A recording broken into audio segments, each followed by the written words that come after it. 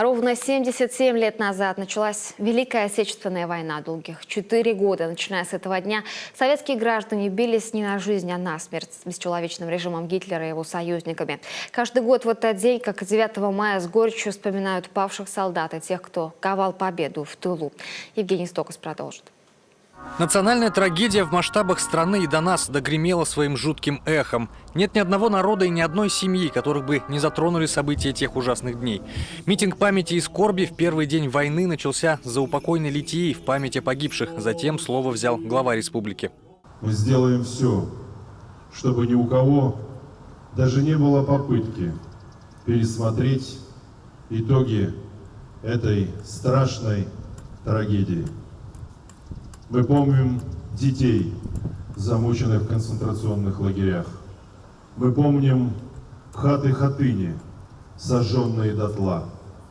Мы помним Брестскую крепость и защитников. Мы помним Курскую битву. Мы помним Сталинград. Помним блокадный Ленинград. Всех тех, кто остался и не смог дожить до Великой Победы.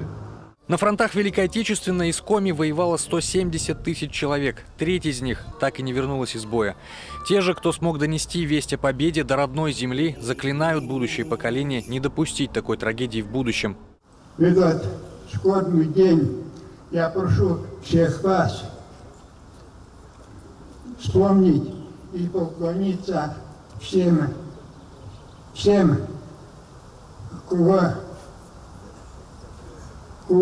кто ушел в годы войны из жизни. Мы, ветераны войны, надеемся, что молодое поколение будет свято хранить уроки победы, чтобы эта война никогда не стала неизвестной войной.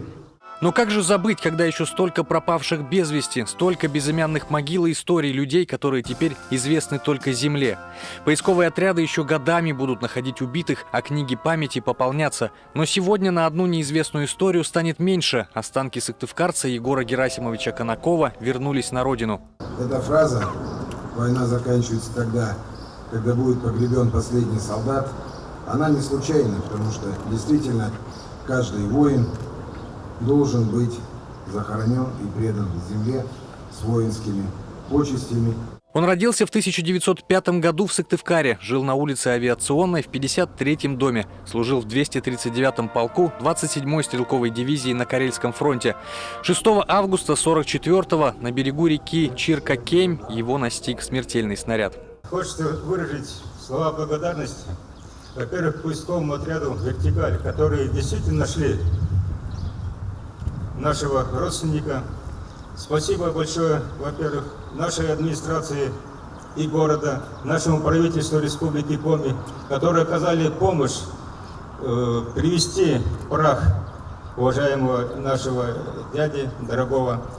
И спасибо тем людям, которые действительно в страшные годы войны сумели нас защитить. Его похоронят на городском кладбище, а личные вещи передадут родным. Теперь война для него закончилась. Благодаря тяжелому труду поисковых отрядов через 74 года после своего последнего боя младший сержант наконец-то вернулся домой. Евгений Стокос, Вячеслав Беспалов, телеканал Юрган, Сыктывкар.